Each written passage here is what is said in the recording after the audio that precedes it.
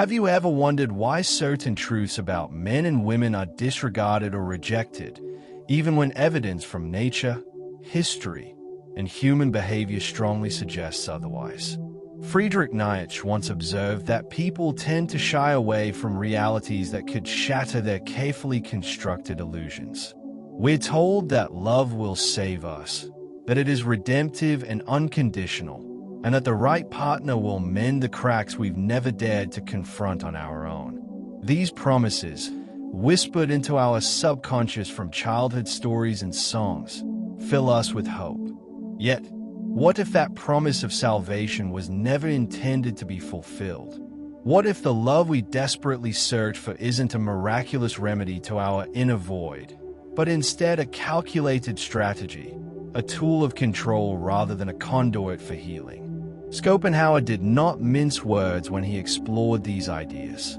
He provocatively argued that women are governed more by instinct than by reason, the power deriving not from brute strength or intellectual might, but from a subtle ability to manipulate through beauty and emotion. In his view, love is not the profound spiritual bond we are led to believe it is, but rather a biological trick, an illusion designed by nature to ensure survival rather than secure our happiness.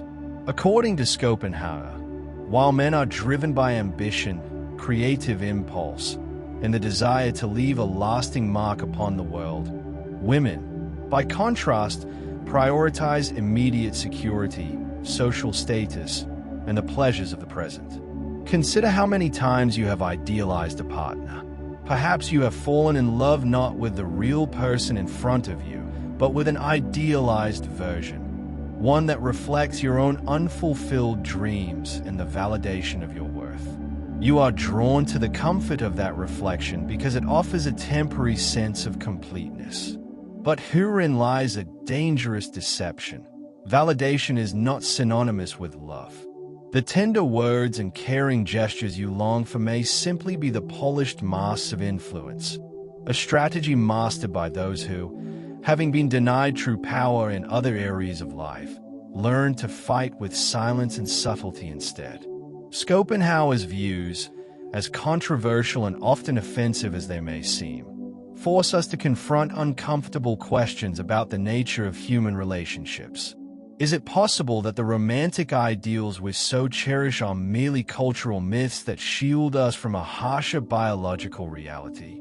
Are we, by clinging to the dream of unconditional rescue, inadvertently surrendering our agency and subjecting ourselves to emotional dependency?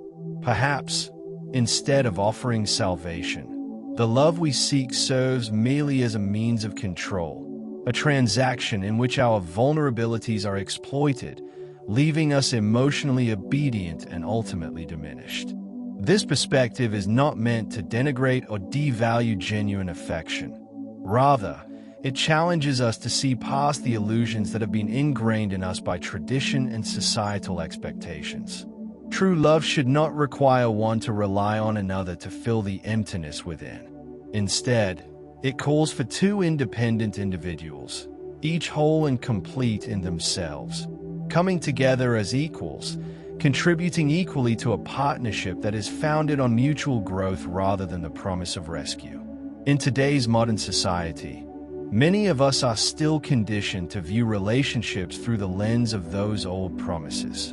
We buy into the idea that if someone could just love us in the right way, our deepest wounds would heal and our hidden cracks would vanish. But if we allow ourselves to be defined solely by this myth, we surrender our power.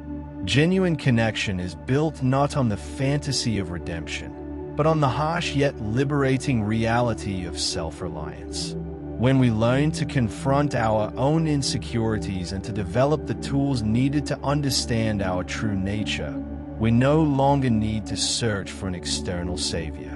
This is the uncomfortable truth Schopenhauer offers. Our pursuit of love, when driven by the hope of healing our inner emptiness, can trap us in a perpetual cycle of dependency.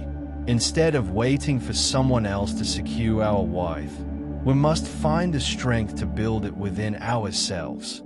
Only then can our relationships be truly empowering, a shared journey of growth, where each partner brings their own inner strength to the table rather than expecting the other to compensate for their shortcomings. If you're ready to break free from the confines of those inherited illusions and start building relationships based on the reality of who you are, then it is time to question everything you've been told about love, gender, and connection. Look beyond the fairy tale of unconditional rescue and learn to stand on your own. Embrace a love that is mutual, deep, and liberating. One that allows you to confront your vulnerabilities without surrendering your agency. Recognize that the promise of everlasting validation is nothing more than a seductive myth designed to keep you safe, while true happiness lies in understanding and accepting the raw, unfiltered truth of your own nature. Only when you realize that your worth is inherent and not contingent on someone else's rescue can you forge partnerships that are both empowering and enduring. True intimacy is not about filling a void. It is about two complete individuals coming together in a balanced union. So, challenge the romantic myths that bind you. Develop the inner strength to stand alone when needed, and cultivate relationships that truly honor who you are.